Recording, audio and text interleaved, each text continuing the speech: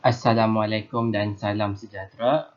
Untuk PDPR kita pada hari ini, kita akan habiskan bab 3. Okay, bab 3 ni ada dua lagi satu topik, iaitu satu topik 3.2 dan satu topik 3.3, sorry 3.3 ini sepatutnya. Okay, so satu topik 3.2 adalah hukum Kepler dan satu topik 3.3 adalah satelit buatan manusia. Saya gabungkan sebab alang-alang kes hukum Kepler ni agak pendek. Okay, kita tengok standard pembelajaran untuk 3.2 hukum Kepler. Okay, pertama adalah of course lah menjelaskan hukum Kepler 1, 2 dan 3. So ada 3 hukum Kepler yang kita perlu explain, yang kamu perlu hafal.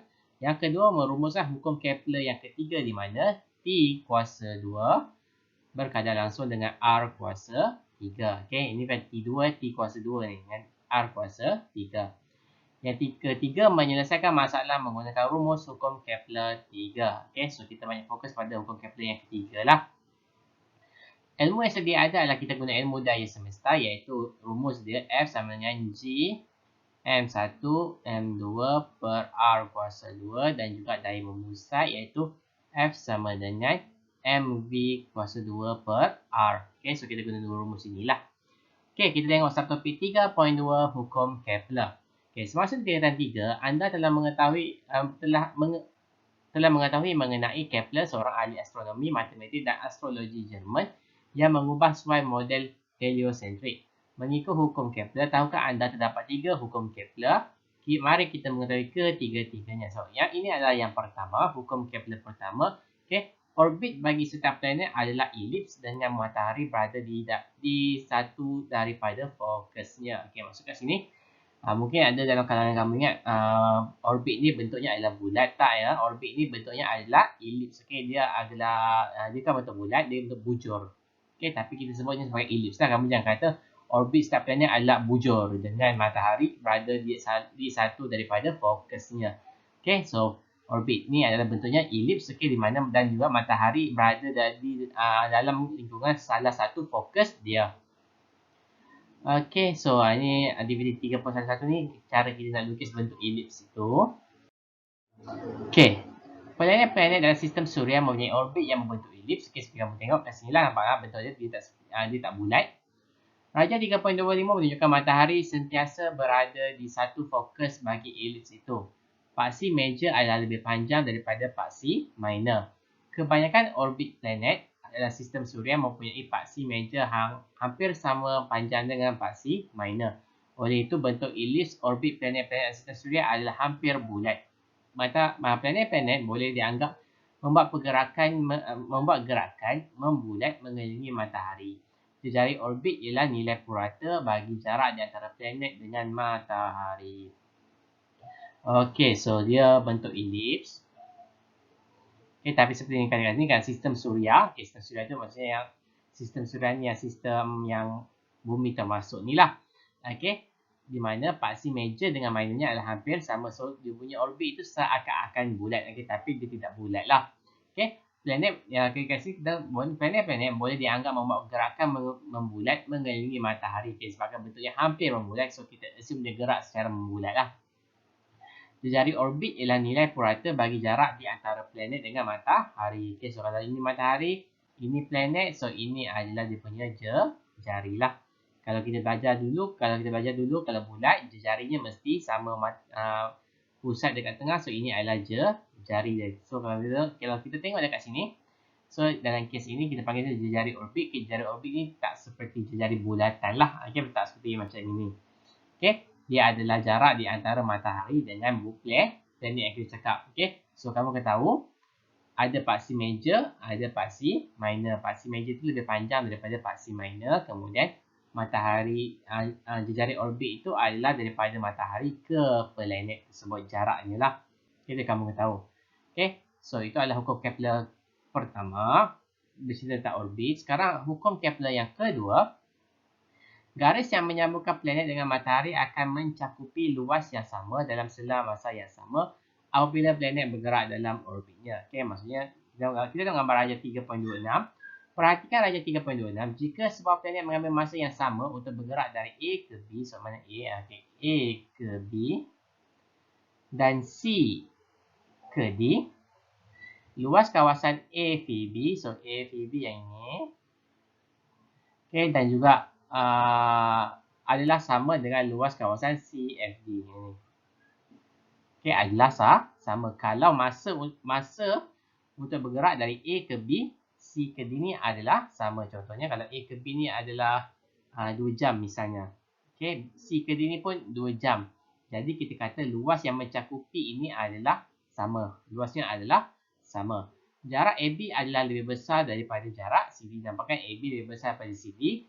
Hal ini bermakna planet itu bergerak dengan laju linear yang lebih tinggi dari A ke B berbanding C ke D. Okey, maksudnya disebabkan jaraknya A ke B ni adalah jauh, jadi lajunya adalah lebih tinggi. Manakala yang ini C ke D disebabkan jaraknya adalah pendek, jadi lajunya lebih rendah. Betul lah. Okey. Betul, kalau ikut logik memang betul lah. Kalau kamu diarah untuk lari selama 5 saat misalnya. Okey, jadi siapa yang dapat lagi jauh, maksudnya dia berlari lagi lah laju. Siapa yang boleh berlari sedikit saja, maksudnya dia lari perlahan. Sama macam inilah. Planet bergerak A ke B, C ke D. Okey, tadi kita bagi tahu masa adalah sama. So bila masa adalah sama, so V kat laju linear A ke B adalah lebih tinggi daripada laju linear C ke D. Kerana perbezaan jarak dia. Okey, ini jarak yang jauh. Maksudnya kalau ni orang akan berlari laju lah. Okey, kalau orang ini yang kat CD ni pula, CD ini okey, dia lari dengan lebih lambat. Okey. So, untuk hukum Kepler ni kamu kena faham yang kedua ni inilah garis yang menyambung planet-planet dengan matahari akan mencakupi luas yang sama. Ini maksud tadi. Okey, dalam selang masa yang sama. Okey, kan jarak antara A ke B dengan C ke D ni yang sama. Jadi luas yang mencakupi dengan planet dengan matahari, yang inilah yang warna biru ini, okey. Luasnya adalah sama. Okey, bila luasnya sama, laju di laluan yang panjang, lintasan yang panjang adalah tinggi, manakala laju linear bagi lintasan yang pendek adalah perlahan. Okey, ini adalah hukum Kepler ketiga. Okey, sudah habis. Okey, hukum Kepler ketiga. Kuasa 2 tempoh orbit planet adalah berkadar terus dengan kuasa 3 jari orbit, ataupun secara mudahnya T kuasa 2 berkadar langsung dengan R kuasa 3. Okey, ini ada tadi dalam standard pembelajaran. Planet yang mengorbit dengan jejari yang lebih besar akan mempunyai tempoh orbit yang lebih panjang. Oleh yang demikian, planet yang lebih jauh daripada matahari mengambil masa yang lebih lama untuk melengkapkan satu orbit mengelilingi matahari. Okey, inilah logiknya. Sebagai contoh, bumi mengambil masa 1 tahun untuk satu orbit lengkap, manakala Zuhal mengambil masa 29.5 tahun untuk membuat satu orbit yang lengkap. Okay, rajah 3.7 menunjukkan orbit dalam tempoh orbit planet. So, kita boleh nampaklah mana. Utarit 0.2 tahun saja, Zuhrah 0.6, Bumi 1 tahun, Marikh 1.9. Okay, kemudian Mushtari 11.9 tahun, Zuhal 29.5, Uranus adalah 84 tahun, maka Neptun adalah 164.8 tahun. So, kita boleh nampak kat sini, semakin jauh jarak dia, okey, semakin bertambah. Tapi kamu tak boleh cakap lah semakin jauh jarak semakin bertambah. Kamu kena kata kalau hukum Kepler ketiga kena tanya cakap yang ni. Okey, kuasa 2 tempoh orbit planet adalah berkadar terus dengan kuasa 3 jari orbitnya, ataupun kuasa 2 tempoh orbit planet berkadar langsung dengan kuasa 3 jari orbitnya. Okey, so kita faham kat sini. Semakin besar orbit, so semakin panjang tempoh dia lah. Okey, mesti ingat kuasa 2, kuasa 3. Okey, hukum Kepler boleh dirumuskan menggunakan hukum kegravitan semesta Newton, dan konsep gerakan membulat. Planet melakukan gerakan membulat mengelilingi matahari. Daya membusat yang bertindak ialah daya graviti antara matahari dengan planet itu. Okey, perhatikan rajah 3.28 yang menunjukkan orbit sebuah planet mengelilingi matahari. Dengan menganggap orbit planet yang mengelilingi matahari itu adalah bulatan. Okey, so kita assume bulatan lah. Okay, orbit ni bentuk bulatan. Okey. Untuk memudahkan pengiraan sebenarnya, kita boleh terbitkan hubungan antara tempoh orbit planet. Tempoh itu adalah T besar. Okey, dan jari orbit ini adalah R lah. Okey, dalam hukum Kepler ketiga. So, ini dah bagi M kecil adalah jisim bumi, M besar adalah jisim matahari. Okay, ini adalah R. Okay, jejari orbit adalah R kecil. F ini adalah daya memusat. V ini adalah halaju linear. Okay, V ini adalah halaju linear. Okay, so daya graviti yang bertindak ke atas planet adalah F sama dengan G M besar. Inilah F sama dengan G besar, M kecil per R kuasa 2. Okay. Sebagai daya graviti itu bertindak sebagai daya memusat untuk planet membuat gerakan membulat. Okay, so kita kata kat sini daya graviti dengan daya memusat ni dalam kes ni ianya adalah sama, di mana daya memusat adalah mv kuasa 2 per r. Okay, so kita buat kat sini lah, maka daya memusat sama dengan daya graviti. So dapat yang ini. Okay, so kita simplifykan dia. Kat sini dapatkan V kuasa 2 bahagi Gm per R. So apa berlaku adalah M ini potong, M ini potong. So R dengan ini, R ini potong. Okay, R ini jadi 1.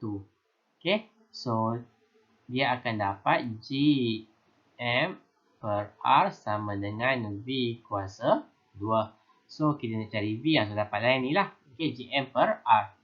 Laju linear planet V sama dengan jarak yang dilalui dalam satu orbit lengkap bahagi tempoh orbit. So jarak yang dilalui satu orbit lengkap ini adalah apa kita panggil, bukan luas. Oh ni saya tak nampak ni, perimeter orbit. Okay, ni perimeter lah, perimeter ini. Maksudnya kalau kamu ada kalau kamu ada pita pengukur, so kamu boleh ukur, letak dekat sini, kamu ukur bentuk bulat sampailah sini. So dapat berapa dia punya perimeter. So rumus yang kita pakai adalah 2 pi r per t. Okay, kita pakai rumus 2 pi r per t, di mana ini adalah V lah, halaju linear. So kita gantikan V ini dengan 2 pi r per t. Okay, kuasa 2 sepenuhnya Gm per r. Okay, saya buat kat sebelah. So kita akan dapat Gm per r sama dengan 4 pi kuasa 2 R kuasa 2 per T kuasa 2. Okay, so kita dapat yang ni lah. So kita nak T kuasa 2. So T kuasa 2 bawa naik atas. Okay, T kuasa 2 sama dengan 4 pi R. Okay, R ini bawa naik atas. So jadi R kuasa 3 lah. Okay, per Gm. So kat sini kamu boleh nampak tak kat sini? T kuasa 2 R kuasa 3. Okay, hukum Kepler ketiga tadi kata T kuasa 2 kata terus dengan R kuasa 3. Okay, so kita boleh nampak dekat sini lah. Okay, so kat sini, kita boleh nampak kat sini, ini adalah. Okay, so apa maksudnya kat sini? Kalau kamu ingat lagi saya pernah ajar masa bab 2. Okay, T kuasa 2 berkaitan langsung dengan R kuasa 3 ni kita tak boleh guna untuk calculation sebab ini bukannya persamaan, ini adalah satu ungkapan. So, nak tukar ungkapan ini menjadi persamaan, kita perlukan satu anu. Kita panggil, okay? Kita perlukan satu anu. So, T kuasa 2 sama dengan anu. Anu ni kita tak huruf X lah. X kuasa, R kuasa 3. So, based on rumus ni kita boleh tahu X ini, anu ini adalah yang ini.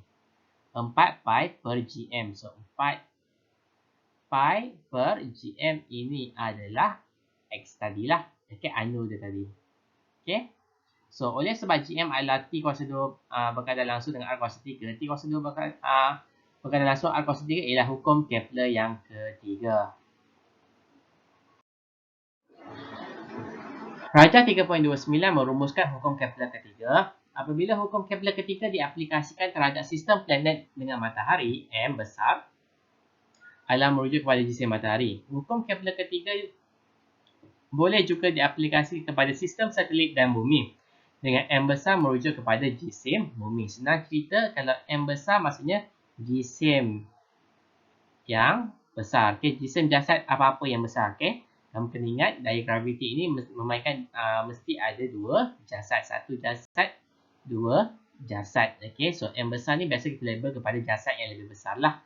So kalau matahari dengan bumi, so matahari M besar. Kalau matahari dengan bumi dengan satelit, bumi lebih bumi menggunakan M besar sebab jisimnya adalah lebih besar. Okay, mari. Okey, so tak ada apa-apa. Dia guna pemalat ini adalah K lah. Okey, seperti yang saya kata tadi. Ini sama saja apa saya cakap tadi. Okey. T kuasa 2 berkaitan langsung dengan R kuasa 3. Okey, so diperlukan unknown. So, T kuasa 2 sama dengan K R kuasa 3. So, di mana K adalah 4 pi kuasa 2 per G M.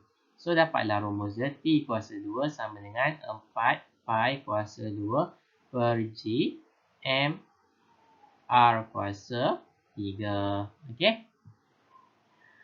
Okey, menyelesaikan masalah menggunakan rumus hukum Kepler ketiga. Daripada hukum Kepler ketiga, hubungan antara tempoh orbit T dengan jari orbit ialah yang inilah hubungan dia. Ini adalah hubungan dia. Dengan jari orbit, okey, katakan dua planet dibandingkan. So, bagi planet 1, T1, okey, ini rumus dia. Planet 2, T2, ini rumus dia. Okey. So, 1 nisbah 2 memberikan T1 per T2 sama dengan R1 per R3 pula R2. So, T kuasa 2, T kuasa 2, R kuasa 2, R kuasa 2. So, dapat satu lagi rumus yang baru. Okay, so untuk hukum Kepler ketiga, kita ada dua rumus lah. Rumus yang ini adalah hukum Kepler yang ketiga. So, ini adalah rumus hukum Kepler yang satu lagi. Okay. Persamaan T1 per T2 bersama dengan R1 per R2 boleh digunakan untuk menghitung tempoh orbit T besar ataupun jari orbit. Okay. Untuk memudahkan saya sebut, saya sebut T1 per T2 sama dengan R1 per R2. Okay, ini kuasa 3 silap saja. Okay, saya tak sebut full lah. So, kamu jangan ingat rumusnya T1 per T2. Rumusnya adalah T1 kuasa 2 bahagi T2 kuasa 2 sama dengan R1 kuasa 3, R2 kuasa 3. Okay. Kita guna rumus ini kalau kita nak cari jejari orbit T ataupun jejari tempoh orbit ataupun jejari orbit. Rajah 3.30 menunjukkan planet bumi dan Marikh yang mengorbit matahari. So, kita nampak kat sini ada R1, ada R2, ada T1, ada T2 automatik. Mesti dia suruh cari salah satu daripada T1, T2, R21, R2 lah. Okey. Jejari orbit planet Marikh boleh ditentukan dengan membandingkan orbit Marikh dengan orbit bumi. Apakah maklumat yang diperlukan untuk menentukan jejari orbit? Okey. Itu adalah A. Okey, kita perlukan jejari orbit, tempoh orbit bumi dan tempoh orbit Marikh. Okey. Rumus tadilah T1 per T2 sama dengan R1 per R2. Okey, kuasa 2, kuasa 2, kuasa 3, kuasa 3. So, dia kata dia nak suruh kita cari orbit Marikh. So, orbit Marikh adalah R2 tadi. So, apa maklumat yang kita perlu? Kita perlukan T1, T2, okey, dan juga R1, di mana R1 tadi adalah bumi. Okey, T2, R2 ini adalah Marikh. Okey, so kita perlukan tempoh bumi, jejari orbit bumi dan juga tempoh Marikh. Betul lah, jejari orbit bumi, tempoh bumi dan tempoh orbit Marikh. Okey. B. Jejari orbit bumi ialah 1.5. Okey, darab 10 kuasa 11 meter. Tempoh orbit bumi dan Marikh ialah masing-masing 1 tahun dan juga 1.8 tahun. Itu kan jejari orbit. So, ganti sahaja dalam rumus ini. Okey, ganti sahaja. Okay, ni dia dah letak dah, tak ada masalah saya rasa. Kamu tengok saja penantian sudah dapat jawapan 2.28 darab 10 kuasa 11 meter. Okay, contoh 2. Rajah 3.31 menunjukkan sebuah satelit penyelidikan perlu mengorbit pada ketinggian 380 km untuk membuat pengimejan jelas muka bumi. Berapakah tempoh orbit satelit itu? So, dari satelit 1 dan satelit 2, satelit bulan pada ketinggian 380 km. Okey, ini saya rasa kena tambah dah ni. Okey. Jejari orbit bulan 3.83 adalah darab 10 kuasa 8. Tempoh orbit bulan adalah 655.2 jam. Okey, so kita guna rumusnya. Masih lagi rumus yang sama. T1 per T2 itu tadi yang ini. Okey, bezanya jari orbit satelit itu, okey, kamu dapat kat sini 6.37 darab 10 kuasa 6. Ini adalah jejari bumi. Okey, ini adalah jejari bumi. Ini adalah ketinggian tadi kedudukan satelit. So, ditambahlah untuk mendapatkan jejari orbit satelit. Okey, sebab tambah. Ini ada kita belajar dalam 3.1. Okey, jejari orbit bulan. Okey, ini dah bagi tadi. 3.83 dan 10.8 meter. Okey, tempoh orbit satelit yang nak dicari. Okey. Kemudian tempoh orbit bulan adalah 655.2 jam. Okey, tak perlu tukarlah. Okey, dia bagi unit jam, so kita pakai jam. Maksudnya, tempoh orbit nanti adalah unit jam. So, ganti sahaja. So, kamu dapat 1.53 jam. Okey, simple sahaja. Okey, latihan formatif. Okey, macam biasa. Okey, sila tulis dalam buku dan hantar sebelum pukul 5 lah. Kita ada dua latihan formatif, 3.2 dengan 3.3. Okey, nyatakan hukum Kepler pertama. Okey, kedua A, nyatakan hukum Kepler yang kedua, boleh rujuk sendiri. B, Rajah 3.32 menunjukkan orbit sebuah planet mengelilingi matahari. Bandingkan laju linear planet itu pada kedudukan X, Y dan Z.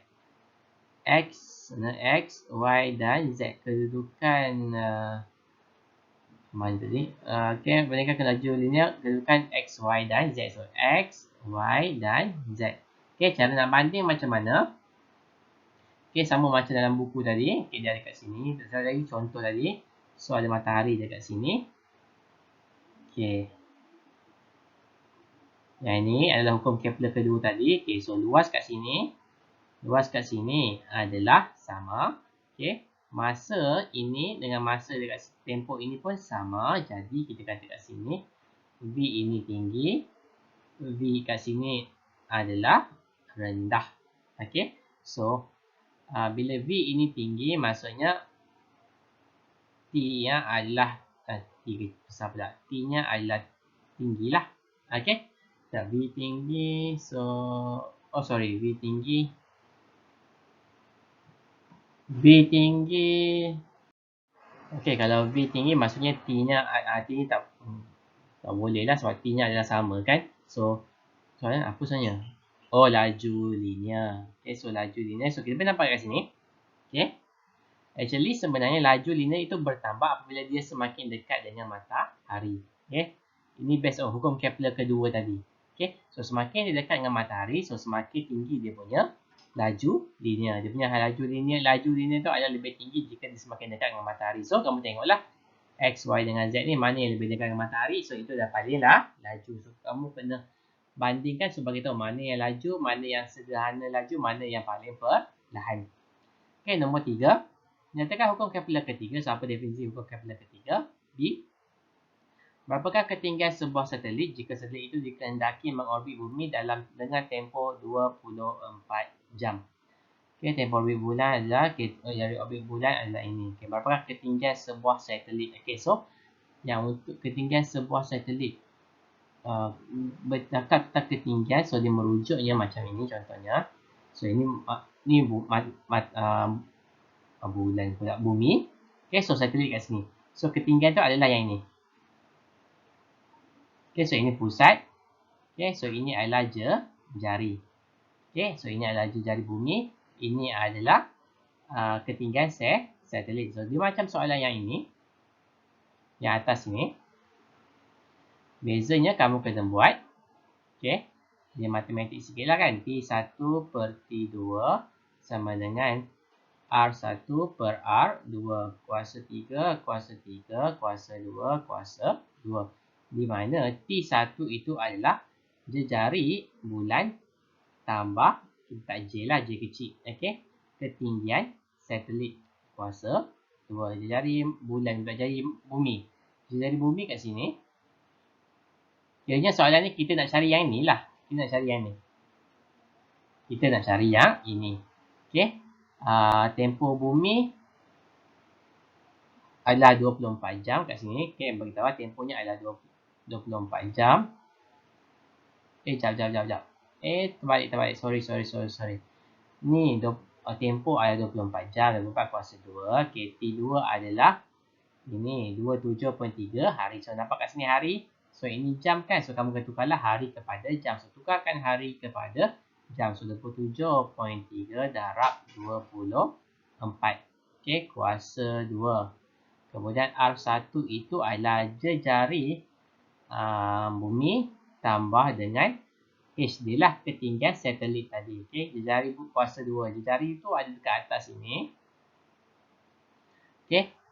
Bahagi dengan jejari orbit bulan iaitu 3.83. 3.83 darab 10 kuasa 8. Okey, so kamu nak cari yang ni. So selesaikan. Okey, so itu saja untuk satu topik 3.2. Kita masuk satu topik 3.3, satelit buatan manusia. Okey, seperti biasa kita tengok standard pembelajaran dahulu. Okey, nombor 1, menerangkan bagaimana orbit satu satelit dikekalkan pada ketinggian tertentu dengan menggunakan hal laju satelit yang sesuai. Yang kedua, berkomunikasi untuk menerangkan satelit geopegun dan bukan geopegun. Okey, so kena banding bezakanlah. Okey, ketiga, mengkonsepsikan hal laju lepas. So, apa itu hal laju lepas? Okey, itu dia kamu kena faham. Yang keempat, menyelesaikan masalah yang melibatkan hal laju lepas V bagi roket dari permukaan bumi, bulan dan marikh dan matahari. Okey, kita tengok 3.3, satelit buatan manusia. Okey, orbit satelit. Raja 3.33 menunjukkan stesen jangkauan antarabangsa ISS, International Space Station, dan satelit Mersat. ISS boleh dilihat dari bumi kerana besar-besar dan mengorbit pada ketinggian 408 km. Okay, satelit Mersat sukar untuk dilihat kerana besar kecil dan mengorbit pada ketinggian 35,786 km. Satelit akan bergerak dalam orbit pada ketinggian yang tertentu dengan laju linear satelit yang sesuai. Rumus daya memusat dan hukum kegravitasi semesta Newton digunakan untuk menerbitkan dan menentukan laju linear satelit. Okay, so saya tak nak explain sangat. So ini dia punya yang kamu dapat lah. Okay, sebab dia macam sama saja. Okay, daya memusat adalah mv kuasa 2 per r. Okay, baik, dah sama dengan daya gerakan semesta per r kuasa 2. So kita nak v. So, R ini potong, tinggal ni R potong jadi 1. M ini potong, M ini pun potong. So, jadi V sama dengan punca kuasa GM per R. Okay. So, V ini tadi kan kuasa 2 kan. So, pindah sebelah jadi punca kuasa 2. So, dapat rumus V sama dengan punca kuasa GM per R yang inilah. Oleh sebab GM adalah malar, laju linear satelit hanya bergantung kepada jejari orbitnya. So, kita tahu G dengan M ini adalah pemalar. G ini adalah pemalar semesta, manakala M ini adalah jisim bumi. Okay, sebabkan tak berubah, jadi kita boleh kata laju linear satelit ini hanya bergantung kepada jejari orbitnya saja. Jika sebuah satelit berada pada ketinggian H di atas permukaan bumi, so kita akan dapat rumus yang inilah. Okay, V sama dengan punca kuasa GM, okay, R tambah H. Okay, ini saya rasa sepatutnya kamu tak pening kepala lagi lah sebab kita dah ada darjah ini dalam 1P3.1. R ini adalah jejari bumi, H ini adalah ketinggian dari satelit daripada permukaan bumi. Okay, seperti kamu tengok dalam rajah 3.35 ini mana maksudnya ni. Satelit buatan manusia boleh dilancarkan untuk kekal mengorbit pada ketinggian yang tertentu mengelilingi bumi dengan jejari orbit jika satelit itu diberikan laju linear satelit ini. So, laju linear satelit itu mesti yang ini. Mesti nilai inilah kamu kena kira. So, dapat nilai contohnya contoh ya. Contoh 3 meter per saat contohnya. Saya ulang lagi, ini hanyalah contoh sahaja. Okay. So, satelit itu perlu kekal dengan hal laju linear 3 meter per saat supaya dia kekal bergerak dalam orbit dia. Itu maksud dia lah. Okay, rajah 3.35 menunjukkan sebuah satelit sistem kedudukan sejagat iaitu GPS. Okay. So, nampak kat sini ketinggian ada 20,200 km. Okay, R besar ini adalah jejari bumi. Ini adalah R kecil lah. Okay. So, berapa ni? Nak cari laju linear satelit. So, ketinggian adalah H. So, 20,200. Okay, darab 1,000 meter lah. Sebab kilometer kan nak kena tukar jadi meter. Okay, sebab itu darab 1,000. Jejari orbit. Okay, 6.37 darab 10 kuasa 6. Ini adalah jejari bumi tadi. Okay, R besar tambah 2.02 darab 10 kuasa 3. Ini adalah H tadi. Okay, yang ini. Okay. So, dapat yang ni. So, kita gantikan saja. So, kita dapat yang 3.87 darab 10 kuasa 3 meter per saat. So, maksudnya kat sini, satelit ini perlu bergerak dengan laju linear 3.87 darab 10 kuasa 3 supaya dia boleh bergerak dalam orbit dia. Okay, dia tidak lari daripada orbit. So, kalau dia lari daripada orbit, dia akan berlanggar. Mungkin akan berlanggar dengan satelit yang lain. So, akan menyebabkan kemalangan lah. Dalam orbit yang stabil, laju linear satelit adalah V sama dengan punca kuasa Gm/r. Laju linear ini adalah cukup besar untuk satelit itu bergerak dalam orbit membulat mengelilingi bumi. Pecutan memusat satelit itu adalah sama dengan pecutan graviti. Pecutan memusat satelit itu adalah sama dengan pecutan graviti. So, maksudnya pecutan memusat itu apa benda? Tarikan graviti itulah antara satelit ke bumi, iaitu nilainya adalah G, iaitu 9.81 meter per saat. Jika laju linear satelit menjadi kurang daripada laju linear satelit yang sepatutnya, satelit itu akan jatuh ke orbit yang lebih rendah dan terus memusar mendekati bumi sehingga memasuki atmosfera. Gerakan satelit dengan laju linear yang tinggi bertentangan dengan rintangan udara akan menjana haba dan boleh menyebabkan satelit itu terbakar. So, kalau terbakar, dia akan jatuh ke bumi lah. So, maksudnya kat sini, kalau dia laju berkurang daripada 3.87 darab 10 kuasa 3, so apa yang berlaku adalah satelit ni sepatutnya yang warna pada garis putus-putus ni kan. So, dia mungkin akan mengorbit kat sini, bawah daripada dia. Dari sinilah. So, bila ini terjadi, itu dia kata tadi. Dan terus memusar mendekati bumi. Maksudnya dia akan memusar tu macam, okay, bumi makin lama dia makin dekat macam ni. Sampailah dia berlanggar dengan mendekati bumi sehingga memasuki atmosfera.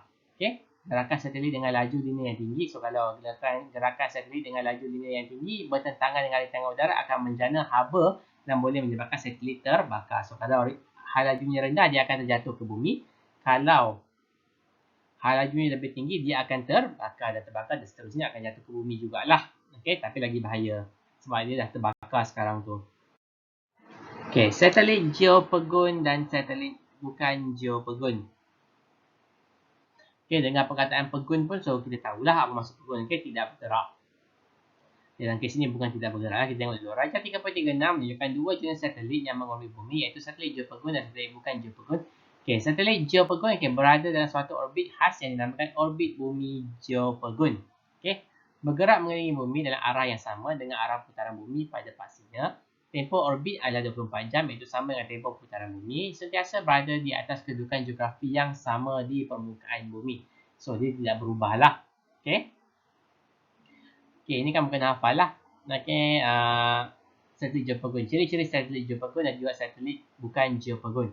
Biasanya berada dalam orbit yang lebih rendah ataupun lebih tinggi daripada orbit bumi geopegun. Okay, dia boleh jadi lebih rendah ataupun lebih tinggi daripada orbit geopegun. Okay, mempunyai, maksudnya dia boleh berubah lah. Kat sini kita boleh kena faham. Okay, maksudnya satelit bukan geopegun ni, dia punya orbit tu boleh berubah. Berbanding dengan geopegun, orbit dia tidak boleh berubah. Mempunyai tempoh orbit yang lebih pendek ataupun lebih panjang. Okay, kalau dengan 24 jam, kalau dia dekat, dia lebih pendek daripada 24 jam. Kalau dia jauh, kat sini misalnya orbitnya, so dia punya tempoh orbit adalah 24 jam. Berada di atas kedudukan geografi yang berubah-ubah di permukaan bumi. Okay, seperti yang saya kata ya. So, kat sini perkataan pegun itu actually merujuk kepada orbit. Orbit itu adalah tidak bergerak. Kalau satelit geopegun, orbitnya tidak berubah. Manakala kalau satelit bukan geopegun, orbitnya berubah. So, kamu kena hafalah ciri-ciri ini. Okay?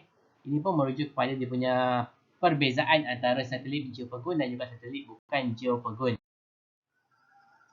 Okay, so ini adalah dia punya, apa kita panggil, perbandingan dan persamaan. So, ini adalah persamaan dia.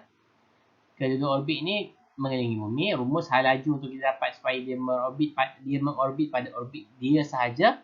Ini rumusnya. Okay, ini adalah tempoh orbit dia. Okay, menggunakan rumus yang sama. Okay, kalau geopegun, arah gerakan, arah putaran adalah sama dengan bumi. Masa tempohnya adalah 24 jam. Berada di atas tempat yang sama di muka bumi dan satelit komunikasi dan mesalah. Ini adalah contoh dia lah. Okay, contoh satelit. Okay. Contoh ini contoh satelit. Ini adalah fungsi dia. Okay, ini adalah fungsi. Ini adalah contoh satelit. Okay, untuk geopegun, arah gerakan tidak perlu sama dengan arah putaran bumi. T lebih pendek atau lebih panjang bergantung kepada jarak orbit dia. Berada di atas tempat yang berubah di muka bumi. Okay, ini adalah contohnya. Okay, ini adalah dia punya fungsi pengimejan bumi, GPS dan juga kaji cuaca. Okey, hal laju lepas. Hal laju lepas V ialah hal laju minimum yang diperlukan oleh objek di permukaan bumi untuk mengatasi daya graviti dan terlepas ke angkasa lepas. So, definisi hal laju lepas kamu kena hafal itu adalah hal laju minimum. Okey, supaya objek boleh mengatasi daya graviti dan terlepas ke angkasa lepas. Sebab tu kita panggil hal laju lepas. Dia punya bahasa Inggeris escape velocity. Okay, escape velocity. Katakan suatu objek berada pada jarak R dari pusat bumi. Jisim objek ialah M dan jisim bumi ialah M besar. Objek itu mempunyai tenaga kepayaan graviti. Tenaga kepayaan graviti rumusnya adalah unitnya adalah U. Unit pula simbolnya adalah U sama dengan negatif G M besar M kecil per R. Okey. Rajah menunjukkan sebuah objek dilancarkan dengan hal laju lepas V. Objek itu boleh mengatasi daya graviti dan bergerak sehingga jarak infinity dari bumi. Okey, so kita tengok dekat sini. Agak pening sikit dia punya ni. So, cara dapatkan rumus hal laju lepas. Okey, so tenaga kinetik minimum tambah tenaga keupayaan sama dengan kosong. Okey, so tenaga kinetik rumusnya adalah setengah mv kuasa 2 tambah negatif G M per R. Okay, so selesai. So kamu akan dapat rumus hal laju lepas V sama dengan punca kuasa 2G M per R kecil. Okay, M ini merujuk kepada jisim bumi. R ini merujuk kepada jejari satelit. Itulah. Okay, ataupun satelit jasad itu. Jisim bumi adalah M. Okay, M besar diberi kat bawah ini. Okay, hal laju lepas dan rumus yang inilah R. Okay, R besar. So, ganti saja dapat 11.2 km per saat. Hal laju lepas bagi suatu objek bergantung kepada jisim bumi M dan jarak objek itu dilepaskan dari pusat bumi. Hal laju lepas tidak bergantung kepada jisim objek yang dilepaskan ke angkasa lepas. Okay, so kena fahamlah. Okay, bergantung kepada jisim bumi dan jarak objek itu dan jarak objek dari pusat bumi. So kita boleh kata kat sini pun jisim bumi pun tak mempengaruhi sebab jisim bumi adalah malar, sama saja. So apa yang betul-betul mempengaruhi adalah jarak objek dari pusat bumi. R ini sebenarnya yang mempengaruhi. Okay. Sepatutnya, saya pun tak sure kenapa dia cakap pasal M. Sedangkan jisim bumi itu pun tidak berubah. Tak apalah. Kalau soalan tanya minta 2. So kamu boleh bagilah jisim bumi dengan jarak objek dari pusat bumi. Okay, manfaat dan implikasi hal laju lepas. So, apa fungsi hal laju lepas? Yang pertama, hal laju lepas dari bumi yang tinggi iaitu 11,200 meter per saat membawa manfaat dan implikasi kepada manusia. Antara manfaatnya ialah bumi berupaya mengekalkan lapisan atmosfera di sekelilingnya. Molekul-molekul dalam atmosfera bergerak dengan laju linear 500. Okey, iaitu jauh lebih kecil daripada hal laju lepas dari bumi. Oleh demikian, molekul-molekul udara yang bergerak secara rawat tidak mungkin terlepas dan meresap ke angkasa lepas. Okey, betul lah. Okey, hal laju lepas tu maksudnya 11,200 ini maksudnya molekul udara, okey, molekul udara perlu mempunyai hal laju linear sekurang-kurangnya 11,200. Okey, barulah molekul udara itu boleh pergi ke angkasa lepas. Tapi disebabkan laju purata molekul udara 500 meter per saat, jadi dia akan kekal berada di atmosfera lah. Dia tak akan terkeluar daripada atmosfera. Hal laju lepas dari bumi yang tinggi juga membolehkan kapal terbang komersial atau jet pejuang terbang sehingga aras yang tinggi dalam atmosfera tanpa kemungkinan terlepas ke angkasa lepas. Okay, sama konsep dia juga. Laju linear kedua-duanya masih lebih rendah daripada hal laju lepas dari bumi. Kapal terbang komersial boleh terbang dengan laju linear 250, manakala jet pejuang boleh mencapai laju linear supersonik iaitu 2,200. So, dua-duanya jauh dengan nilai iaitu nilai hal laju lepas bumi iaitu 11,200 meter per saat. So, agak jauh lah. So tak mustahil lah kapal terbang boleh terbang tiba-tiba tengah kat angkasa lepas. Okay, adalah agak mustahil sebab sangat jauh bezanya. 250 dengan 11,200. Pelancaran roket memerlukan kuantiti bahan api yang besar. Pembakaran dan bahan api perlu menghasilkan kuasa rejang yang tinggi bagi membolehkan roket mencapai halaju lepas dari bumi dan menghantar kapal angkasa ke angkasa. Lepas tu, kalau contohnya tadi, kalau halaju lepas bumi adalah 11,200, okey, masuk kat sini.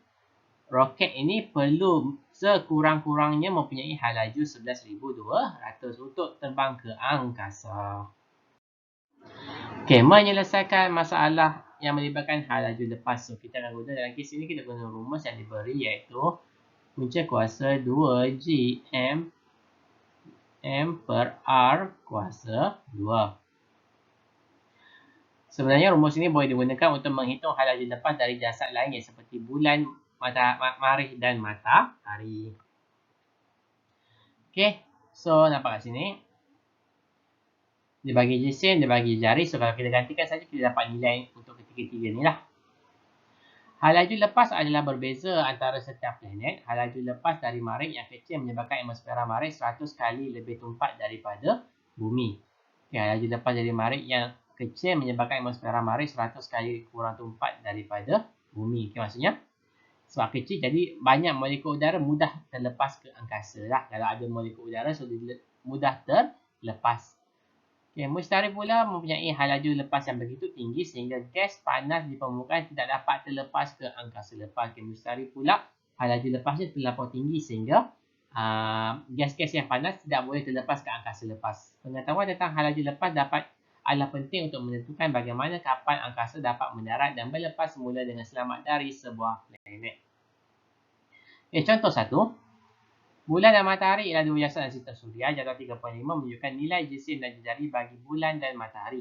Bandingkan percutan graviti bulan dan matahari dan halaju lepas bulan dari matahari.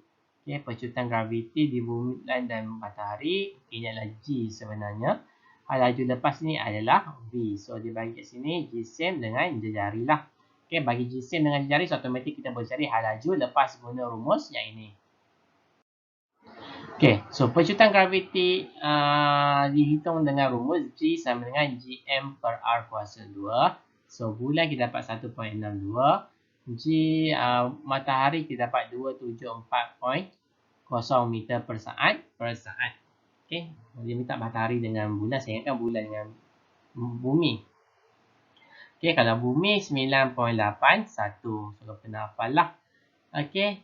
Ini okay, tak ada masalah, ganti saja. Okay, ini pun halaju lepas pun sama saja, kita ganti sahaja. Okay, ganti sahaja guna rumus ini. So, kita dapat ini, dapat ini. Kita ada benda lah, tak ada benda sangat. Okay, bulan mempunyai percutan graviti dan halaju lepas yang kecil kerana jisim bulan adalah lebih kecil daripada matahari. Matahari merupakan jasad yang terbesar dalam sistem suria. Percutan graviti di matahari dan halaju lepas dari matahari mempunyai nilai yang tertinggi berbanding dengan bulan serta planet-planet lain. Okay, so kat sini kita boleh buat satu kesimpulan bahawa percutan graviti dengan halaju lepas ini bergantung kepada saiz planet lah. Kalau kita bandingkan antara planet dengan planet atau bintang dengan bintang, so saiz planet dengan bintang itu mempengaruhi percutan graviti dan juga halaju lepas dia. Okay, latihan formatif 3.3. Okay, banding dan bezakan satelit Jepun dan satelit bukan Jepun. Okay, ini elok jawab dalam bentuk jadual lah. Jadual ke? Bolehlah jadual. 2. Apakah faktor yang menentukan laju linear satelit-satelit yang mengorbit bumi? Okay, ini pun ada tadi kita terangkan. Okay, 3. Nyatakan dua faktor yang mempengaruhi nilai halaju lepas dari sebuah planet. Ini pun ada diterangkan. 4. Bincangkan sama ada sebuah kapal angkasa X berjisim 1,500 kg dan kapal angkasa Y berjisim 2,000 kg memerlukan halaju lepas yang berbeza untuk terlepas daripada graviti bumi. Ini pun ada tadi. Okey, sama ada adakah jisim mempengaruhi halaju lepas? Okey, tengok balik, ada tadi kita sebut. Yang kelima, satelit pemerhati bumi Proba 1 mengorbit bumi pada ketinggian 700 km. Berapakah laju linear satelit itu? Okey, so ini kamu guna rumus laju linear. So, tadi kita ada rumus V ni lah kot. 2Gm per R. Okay, so kita tengok dekat sini. G ada, M pun ada, jejari bumi. Okay, ingat ya, ini bukannya jejari bumi, ini adalah jejari bumi tambah ketinggian. Okay, ketinggian R besar ini. Okay, so ini meter, so kita tukar ketinggian ini kepada kilometer kepada meter. So, lepas tu tekan kalkulator saja. Okay, kamu dapat jawapan. Okay, dengan ini habis sudah bab 3. Okay, bab 3 kita sudah habis. Okay, subtopik 3.12 dan juga subtopik 3.3 untuk hari ini. Okay, soalan untuk hari ini. Soalan pertama, mudah saja. Soalan pertama sebab kita belajar tentang hukum Kepler, jadi mudah sajalah. Soalan saya ialah tulis, okay, walaupun soalan dan latihan formatif sudah disoal, tapi saya nak juga kamu tulis. Okay, hukum Kepler 1, hukum Kepler 2 dan hukum Kepler 3 dalam ruangan komen. Tulis nama, tulis kelas. Okay, bagi tahu apa hukum Kepler 1, 2 dan 3. Okay, so dengan habisnya bab 3, kita hanya tinggal satu bab saja, iaitu bab terakhir sekali, iaitu bab 6, cahaya. Okay, so kita cubalah habiskan bab cahaya ni kalau kita dapat. Okay, so itu saja untuk hari ini. Sekian, terima kasih. Bye-bye.